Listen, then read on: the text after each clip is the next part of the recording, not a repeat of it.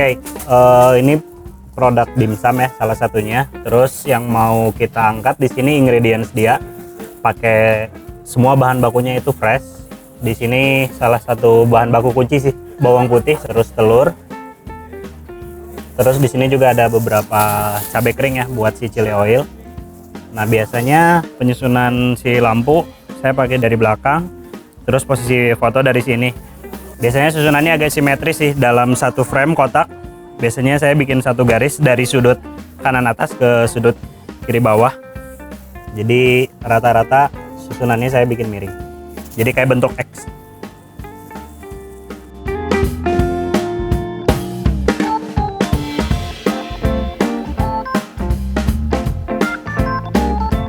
Awal berdiri sih kita di bidang art space ya, jadi ruang kreatif buat teman-teman seni khususnya yang di Cimahi. Nah lama-kelamaan kami berkembang fokus di bidang film sampai tahun 2017. Lalu kita bikin pengembangan di bidang fotografi, khususnya di food fotografi sama produk. Jadi di AI itu sendiri banyak multi bidang, dan yang di bidang multimedia, yang di fotografi dan film saya dan Chandra. Selebihnya ada yang di manajemen, ada yang di psikologi. Makanya ada pengembangannya itu ke ranah digital branding.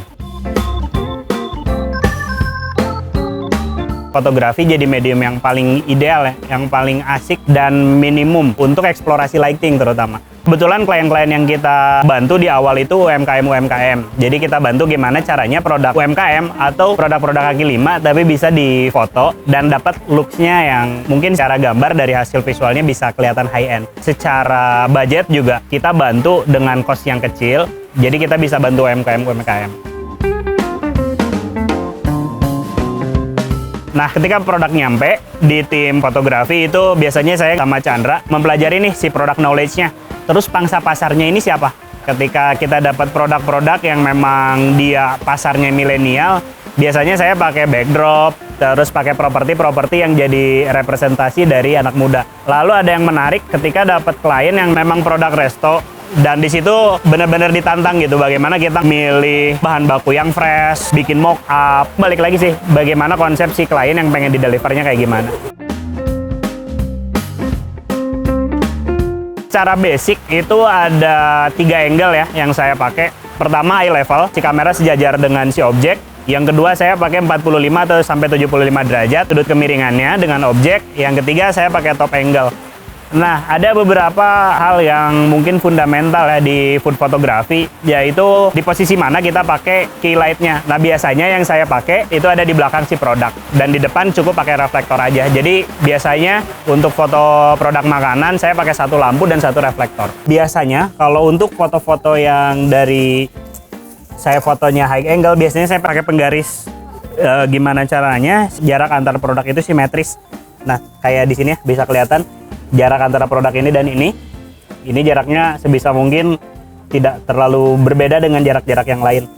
Jarak yang ini, jeda ini, semuanya dibikin sama. Jadi fotonya simetris. Nah, yang ini yang acak. Nah, setelah plating selesai, penempatan si angle-nya gimana? Biasanya di sini pakai item-item lain, kayak taburan-taburan yang lain ya. Bisa pakai bahan ini. Intinya ingredient apa aja nih yang ada di si produk itu bisa kita pakai buat properti.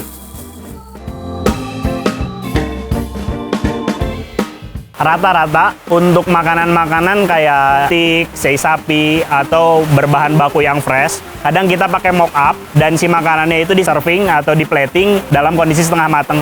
Jadi di situ sih penting buat orang fotografer makanan buat mengenal si produk apa nih yang mau diambil, dan tingkat kematangan itu penting. Jadi tantangannya nggak cuma di pemilihan angle atau penataan cahaya dan properti, tapi bagaimana si fotografer ini bisa bikin mock up.